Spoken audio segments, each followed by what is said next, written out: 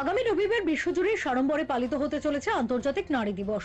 এই বিশেষ দিনটিকে স্মরণীয় করে রাখতে দক্ষিণ কলকাতার সংসদ লেডিজ সার্কেলের উদ্যোগে দ্বিতীয়বারের মতো আয়োজিত হতে চলেছে অপরাজিতা উইমেন্স কার র্যালি।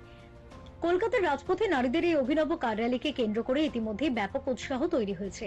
শুক্রবার ডিকেএস প্রাঙ্গণে আয়োজিত এক সাংবাদিক সম্মেলনে এই মেগা ইভেন্টের বিস্তারিত তথ্য তুলে ধরা হয়। উদ্যোক্তারা জানান, এবারে র্যালিতে দুটি বিভাগ থাকছে, ইন্ট্রা এবং ওপেন ক্যাটাগরি। মোট 50টি সুসজ্জিত গাড়িতে প্রায় 200 জন নারী প্রতিযোগী এই প্রতিযোগিতায় অংশ নেবেন। র্যালিটি কলকাতার বিভিন্ন গুরুত্বপূর্ণ রাস্তা পরিক্রমা করবে।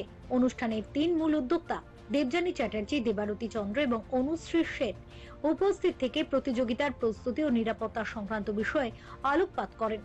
গত বছর ব্যাপক সাফল্যের পর উদ্যোক্তাদের আশা, এবারের আয়োজনও একইভাবে জমে উঠবে এবং নারী শক্তির এক অনন্য নিদর্শন তৈরি করবে।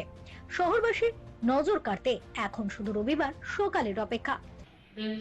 First, second, third, and open category there's a first, second, third, and there's a Joydeep Das Memorial Trophy. Member of our club, the wife of the member has come up to give out award the youngest driver with the Joydeep Memorial Trophy, youngest driver, female driver. Bureau Report, Channel 10.